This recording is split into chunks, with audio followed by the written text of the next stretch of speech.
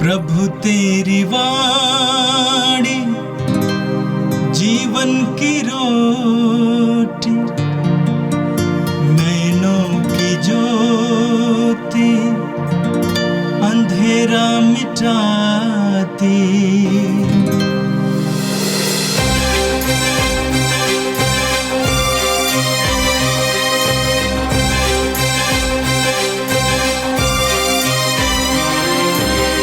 प्रभु तेरी वाणी जीवन की रोटी, नैनों की ज्योति अंधेरा मिटाती। प्रभु तेरी वाणी जीवन की रोटी, नैनों की ज्योति अंधेरा मिटाती। वाणी वाणी वाणी वाणी वाणी पवित्र है, शाश्वत है, जीवन का मन्ना है। 30 अक्टूबर बुधवार। पहला पाठ एफिसियों के नाम संत पौलुस का पत्र, अध्याय 6, वचन संख्या 1 से 9 तक। बच्चों, अपने माता पिता की आज्ञा मानो, क्योंकि यह उचित है। अपने माता पिता का आदर करो।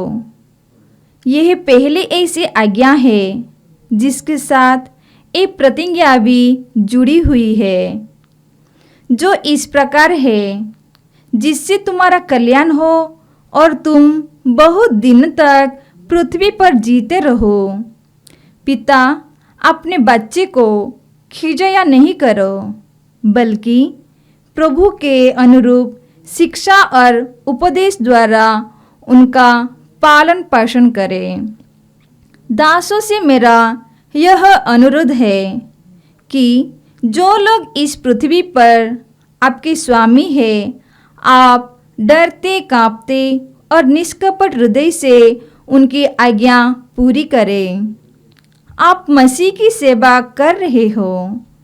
आप मनुष्य को प्रसन्न करने के उद्देश्य से दिखावे मात्र के लिए नहीं, बल्कि मसीह के दासों की तरह ऐसा करें, जो सारे हृदय से ईश्वर की इच्छा पूरी करते हैं।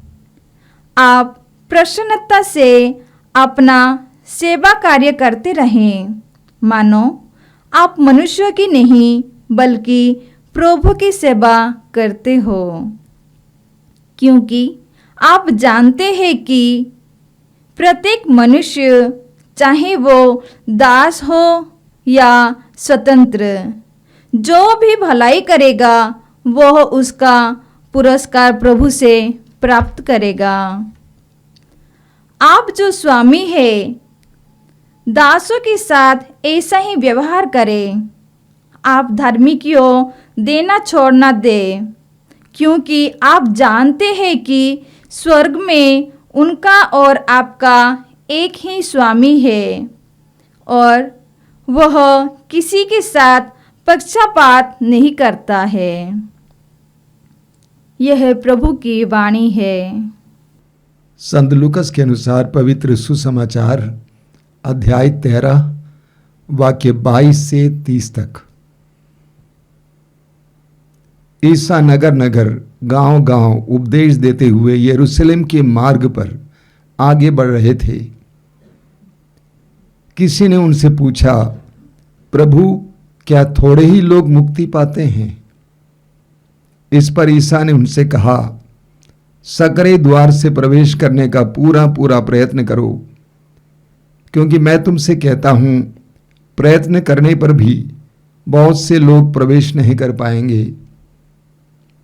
जब घर का स्वामी उठकर द्वार बंद कर चुका होगा और तुम बाहर रहकर द्वार खटखटाने और कहने लगोगे, प्रभु हमारे लिए खोल दीजिए, तो वह तुम्हें उत्तर देगा, मैं नहीं जानता कि तुम कहाँ के हो। तब तुम कहने लगोगे, हमने आपके सामने खाया पिया और आपने हमारे बाजारों में उपदेश दिया।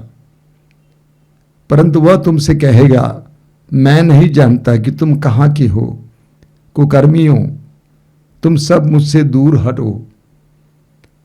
जब तुम इब्राहिम, इसहाक, याकूब और सभी नबियों को ईश्वर के राज में देखोगे परंतु अपने को बहिष्कृत पाओगे तो तुम रोओगे और दांत पीसते रहोगे। पूर्व तथा पश्चिम से और उत्तर तथा दक्षिण से लोग आएंगे और ईश्वर के राज में भोज में सम्मिलित होंगे। देखो, कुछ जो पिछले हैं अगले हो जाएंगे और कुछ जो अगले हैं पिछले हो जाएंगे। यह प्रभु का दिव्य सुसमाचार है। ख्रिस्त प्रभु की जय। मेरे प्रिय भाई और बहनों, आज का पहला पाठ एफेसियों के नाम संत पौलुस के पत्र के अध्याय 6 से लिया गया था। जब हम संत पौलुस के पत्रों को पढ़ते हैं हम आश्चर्यचकित होते हैं। मुझे तो लगता है कि पौलुस ने प्रभु यीशु की शिक्षाओं को घोर कर पी लिया है और मसीही जीवन के लिए, विश्वासियों के जीवन के लिए आवश्यक हर बिंदु पर वो शिक्षा देते हैं। विश्वास के बारे में शिक्षा देते हैं, विश्वासियों के जीवन के बारे में, अविश्वासियों के बारे में, विश्वासी और अविश्वासियों के संबंध के बारे में, पति पत्नी और बच्चों के बारे में, धर्माध्यक्ष के बारे में, सुसमाचार के सेवक सेविकाओं के बारे में, मृत्यु के बारे में, अनंत जीवन के बारे में, पवित्र आत्मा के वरदानों के बारे में। संत पौलुस करीब करीब सभी बिंदुओं पर हमें शिक्षा देते हैं। आश्चर्य की बात है, अद्भुत बात है। और आज के पाठ में हमने देखा कि संत पौलुस 4 वर्ग के लोगों को संबोधित करते हैं। सबसे पहले पौलुस बच्चों से बोलते हैं। पौलुस कहते हैं, बच्चों अपने माता पिता की आज्ञा मानो क्योंकि यह उचित है। बच्चों अपने माता पिता की आज्ञा मानो क्योंकि यह उचित है। क्यों उचित है? क्योंकि माता पिता ने तुम्हारे लिए कितना कष्ट भोगा है। माता पिता के प्रति जो कर्ज है कैसे उतारोगे? कठिन है। पौलुस ये बच्चों के लिए नहीं लिख रहे हैं, सभी लोगों के लिख रहे हैं जो बच्चे हैं। आजकल देखने को मिलता है माँ बाप बुजुर्ग हो जाते हैं, बदसूरत हो जाते हैं, शक्तिहीन हो जाते हैं तो उनके बच्चे उनका तिरस्कार करते हैं। उनके लिए भी लिखा जा रहा है। पौलुस कहते हैं ये उचित है क्योंकि उन्होंने तुम्हारे लिए बहुत परिश्रम किया है। यह उचित इसलिए भी है क्योंकि आज तुम बच्चे हो, कल तुम माँ बाप बनोगे। आज अपने माँ बाप का आदर करोगे, सम्मान करोगे तो कल तुम्हें अपने बच्चों से आदर और सम्मान प्राप्त होगा। क्योंकि लूकस अध्याय 6 वाक्य 38 में प्रभु कहते हैं, जिस नाप से तुम दूसरों के लिए नापोगे उसी नाप से तुम्हारे लिए नापा जाएगा। तो इसलिए संत पौलुस कहते हैं, अपने माता पिता की आज्ञा मानो क्योंकि वह उचित है। अपने माता पिता का सम्मान करो, सेवा करो क्योंकि ये उचित है। दूसरी बात पौलुस कहते हैं, अपने माता पिता का आदर करो। ये पहली ऐसी आज्ञा है जिसके साथ एक प्रतिज्ञा भी जुड़ी हुई है। प्रभु ईश्वर ने 10 नियम दिए। इन 10 नियमों में चौथा नियम है अपने माँ बाप का आदर करो। पौलुस कहते हैं कि उन 10 नियमों में एकमात्र नियम जिसके साथ एक प्रतिज्ञा जुड़ी हुई है वो ये नियम है। वो प्रतिज्ञा क्या है? जिससे तुम्हारा कल्याण हो और तुम बहुत दिनों तक पृथ्वी पर जीते रहो। जिससे तुम्हारा कल्याण हो और बहुत दिनों तक तुम इस पृथ्वी पर जीते रहो। यानी पौलुस कहते हैं, यदि तुम चाहते हो कि तुम्हारा जीवन सुखमय हो, कल्याणमय हो, अपने माँ बाप का आदर करो, सेवा करो, सम्मान करो। अगर तुम चाहते हो कि लंबी आयु जियो तो अपने माँ बाप का आदर करो, सम्मान करो। उनके आंखों से तुम्हारे कारण आंसू बहने ना दो। आगे संत पौलुस पिताओं और माताओं के लिए शिक्षा देते हैं। पौलुस कहते हैं, पिता अपने बच्चों को खिजाया नहीं करें बल्कि प्रभु के अनुरूप शिक्षा और उपदेश द्वारा उनका पालन पोषण करें। माँ बाप के बारे में पौलुस कहते हैं कि आप बच्चों को खिजाया नहीं करें, बार बार तंग करना, पढ़ो पढ़ो पढ़ो, खाओ खाओ खाओ, बाहर मत जाओ, ये मत करो वो मत करो। कभी कभी बच्चे अपने माँ बाप से ऊब जाते हैं। पौलुस कहते हैं ऐसा नहीं करना चाहिए, लेकिन पौलुस हमारे सामने एक नई शैली रखते हैं। पौलुस कहते हैं कि जिस तरह यीशु ने, प्रभु ने हमें सिखाया, उसी तरह बच्चों को सिखाओ। प्रभु ने हमें कैसे सिखाया है? उदाहरण के द्वारा सिखाया। प्रभु ने शिष्यों के पैर धोया और कहा कि इसी तरह तुम भी एक दूसरे के पैर धो। प्रभु ने कहा कि अपने दुश्मनों के लिए प्रार्थना करो। प्रभु ने क्रूस पर से दुश्मनों के लिए प्रार्थना करके दिखाया कि इस तरह तुम्हें करना है। इस बात को भूलना नहीं चाहिए कि माँ बाप बच्चों के प्रथम गुरु हैं। बच्चे माँ बाप को देखते हैं कि वे क्या करते हैं, ना कि सुनते हैं कि वे क्या कहते हैं। माँ बाप को बच्चों को सिखाना होगा तो अपने उदाहरण से सिखाएं और शब्दों का भी इस्तेमाल करें कभी आवश्यकता पड़े तो। आगे संत पौलुस दासों को शिक्षा देते हैं। उस जमाने में दास प्रथा थी, गुलामी थी। हालांकि गुलामी अच्छी बात नहीं है, गुलामी थी, यानी लोग खरीदे बेचे जाते थे गुलाम की तरह, और गुलामों पर बहुत ज्यादा अत्याचार होता था। उनमें से कई लोगों ने यीशु को ग्रहण किया और विश्वासी बन गए। उन दासों को पौलुस कहते हैं कि तुम अपने मालिकों की सेवा करते हो और इस सेवा को ही तुम एक पुण्य बना सकते हो, प्रभु को प्रसन्न करने के लिए एक माध्यम बना सकते हो। पौलुस कहते हैं दासों से मेरा अनुरोध है कि जो लोग इस पृथ्वी पर आपके स्वामी हैं, आप डरते कांपते और निष्कपट हृदय से उनकी आज्ञा पूरी करें, मानो आप मसीह की सेवा कर रहे हों। आप मनुष्यों को प्रसन्न करने के उद्देश्य से दिखावे मात्र के लिए नहीं, बल्कि मसीह के दासों की तरह ऐसा करें जो सारे हृदय से ईश्वर की इच्छा पूरी करते हैं।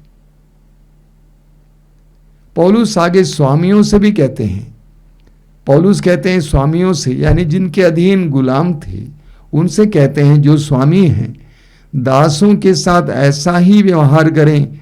आप धमकियां देना छोड़ दें, क्योंकि आप जानते हैं कि स्वर्ग में उनका और आपका एक ही स्वामी है और वह किसी के साथ पक्षपात नहीं करता। पौलुस कहते हैं कि अपने दासों को प्रेम करो, उनके साथ अन्याय नहीं करना, क्योंकि इस बात को भूलना नहीं कि तुम्हारा और उनका एकमात्र स्वामी है जो स्वर्ग में है। संत पौलुस हमें इस प्रकार कई शिक्षाएं देते हैं। हम समय मिले तो पौलुस के पत्रों को पढ़ने का प्रयास करें और प्रभु की शिक्षाओं को हृदय से ग्रहण करें। और आज का सुसमाचार संत लूकास के सुसमाचार के अध्याय 13 से लिया गया था। आज के सुसमाचार में प्रभु यीशु मुक्ति की कठिनता के बारे में बताते हैं। किसी ने प्रभु से पूछा कि क्या प्रभु कुछ ही लोग मुक्ति प्राप्त करेंगे? तो प्रभु ने उनको समझाया और कहा, संकरे द्वार से प्रवेश करने का पूरा प्रयत्न करो, क्योंकि मैं तुमसे कहता हूं प्रयत्न करने पर भी बहुत से लोग प्रवेश नहीं कर पाएंगे। मुक्ति का द्वार संकरा होता है, स्वर्ग का द्वार संकरा होता है, अनंत जीवन का मार्ग संकरा होता है, विनाश की ओर जाने वाला मार्ग बहुत चौड़ा होता है। आज अधिकतर लोग उसी से चलते हैं। लोग बोलते हैं सब लोग घूस लेते हैं इसलिए मैं भी ले रहा था, सब लोग ऐसा करते हैं इसलिए मैं भी कर रहा था। प्रभु यीशु विश्वासियों और मसीहियों को बताते हैं कि संकरे द्वार से प्रवेश करो। अगर तुम्हारा उद्देश्य स्वर्ग का राज्य है तो संकरे द्वार से प्रवेश करो। मत्ती के सुसमाचार के अध्याय 7 वाक्य 21 में प्रभु यीशु कहते हैं, जो मुझे प्रभु प्रभु कहकर पुकारते हैं वे सबके सब ईश्वर के राज में प्रवेश नहीं करेंगे, बल्कि वे ही जो मेरे स्वर्गिक पिता की इच्छा पूरी करते हैं। वे ही ईश्वर के राज में प्रवेश करेंगे जो ईश्वर की इच्छा पूरी करते हैं। प्रभु प्रभु कहकर पुकारना काफी नहीं है। स्वर्ग के राज्य का मार्ग, प्रवेश द्वार बहुत संकरा है और मार्ग भी बहुत संकीर्ण है। फिलिपियों के पत्र के अध्याय 2 वाक्य 12 में संत पौलुस कहते हैं, डरते कांपते हुए अपने मुक्ति के लिए प्रयत्न करते रहो। डरते कांपते हुए अपने मुक्ति के लिए प्रयत्न करते रहो।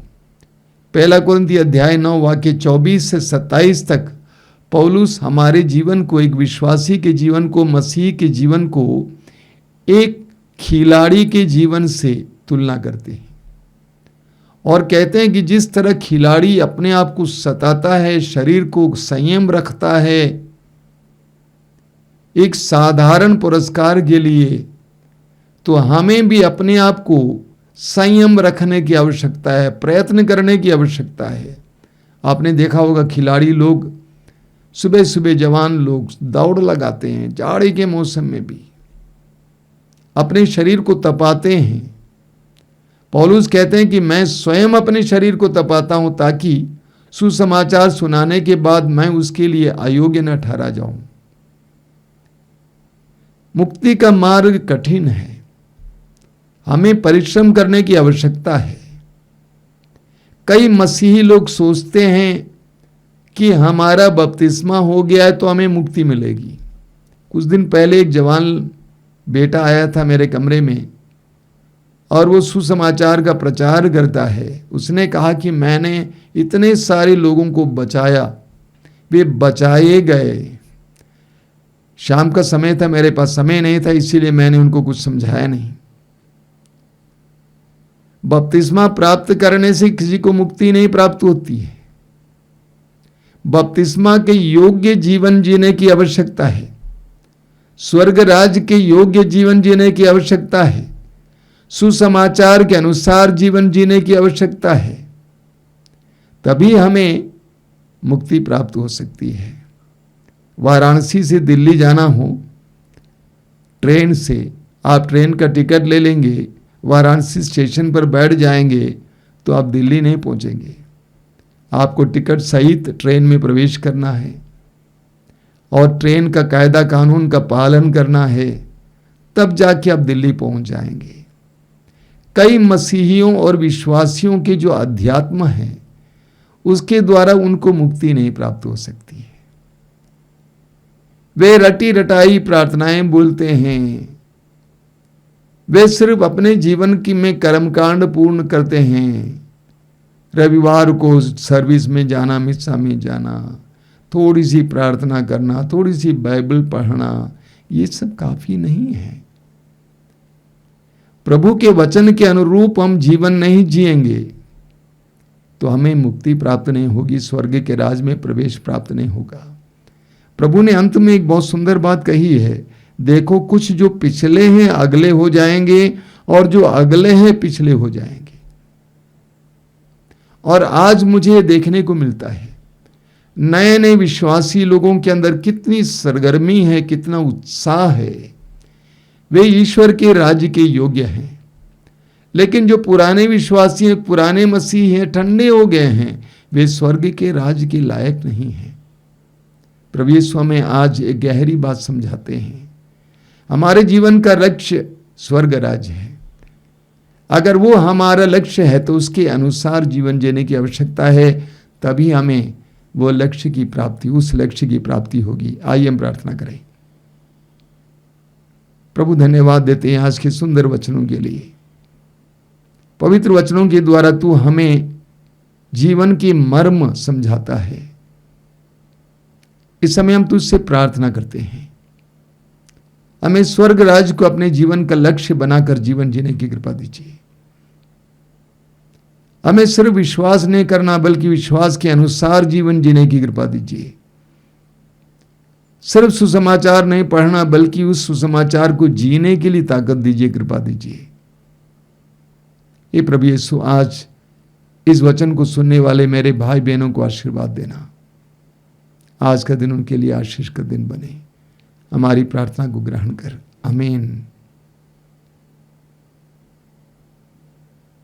प्रभु तेरी वाणी जीवन की रोटी, नैनों की ज्योति अंधेरा मिटाती। वाणी वाणी वाणी वाणी वाणी पवित्र है, शाश्वत है, जीवन